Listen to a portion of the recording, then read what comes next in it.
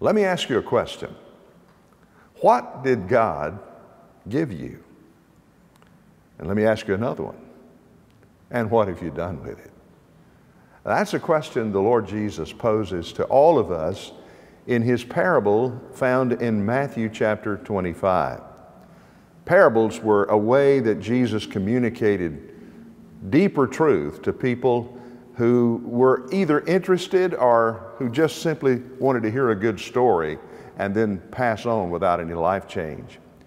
But parables were given basically for three reasons. Number one, to get our attention.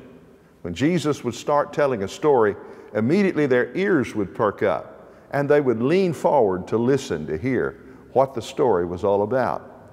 Once he had their attention, then the second reason for the parable was retention, so that they would remember it and not just simply hear the story and then forget it.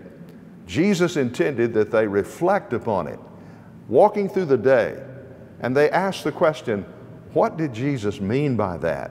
And what is God trying to teach me by this parable? I hope that'll be your case over the next few weeks as we explore this parable and we ask the question, what did God give you and what have you done with it? But there was a third reason why Jesus used parables, not just for attention and retention, but can I use the word contention? Jesus gave parables to divide his hearers. Whenever they would hear the story, there would be one of two reactions. Either they would go to Jesus after the story was over and after the sermon had concluded, and often his disciples would say, now, Master, what did you mean by that parable? And Jesus would sit them down and he would begin to teach them the deeper meaning of the parable. Many others would simply hear the story and say, my, what an interesting story, and walk away, missing the whole intent and purpose. So you see, parables had a way of dividing his hearers. Those really interested would lean forward, ask questions, and learn from it. I hope that in these days ahead, from Matthew chapter 25 and the parable of the talents, you and I will lean forward, lean close, and let Jesus be our teacher. In Matthew chapter 25, Jesus gives a very familiar story. You've heard it probably, if you're a believer and have been for most of your life, you probably heard it even back in Bible school or in children's department. It's the parable we call the parable of the talents. It's about a landowner, a very richer man who was going away for an extended period of time. To three of his servants, he gave assignments. He gave one of them 5 talents, another one 2 talents, and another one 1 talent. Now, we can attach perhaps a financial amount to each of those parables, each of those talents, I should say, but we don't know exactly how much it was, because a talent could be a gold talent, a silver talent, or a bronze talent. So it would have different amounts of importance or value. But it was a rather large sum of money. When he gave them the talents, he said, I'm going to go away. You'll be responsible for investing these talents, and when I come back, you will be accountable to me.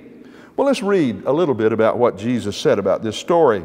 The master came back, and in verse 20 of Matthew 25, he said, the one who had received 5 talents came up and brought 5 talents more, saying, Master, you've entrusted 5 talents to me. See, I have gained 5 more talents.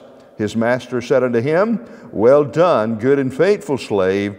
You were faithful with a few things. I will put you in charge of many things. Enter into the joy of your master. Then in the next couple of verses, he says exactly the same thing about the one who was given 2 talents. He invested it, doubled it, and the Lord commended him. But then we come to the one that only had 1 talent, in verse 24. And the one who only received the 1 talent came up and said, Master, I knew you were to be a hard man, reaping where you did not sow, and gathering where you scattered no seed. And I was afraid, and went and hid your talent in the ground. See, you have what is yours. But the master answered and said to him, You wicked and lazy slave, you knew that I reap where I did not sow, and gather where I have scattered no seed. Then you ought to have put my money in the bank, and on my arrival I would have received my money back with interest. Therefore take away the talent from him, give it to the one who has 10 talents. For to everyone who has, more shall be given, and he will have an abundance. But from the one who does not have, even what he does have shall be taken away. The Lord Jesus says 3 things there, and we'll develop it in our next devotional, but let me just drop this in your heart. All men have a talent. Use it or lose it, and judgment is coming. Stay with us over the next few weeks as we answer the question and ask our own selves the question, what did God give you, and what have you done with it?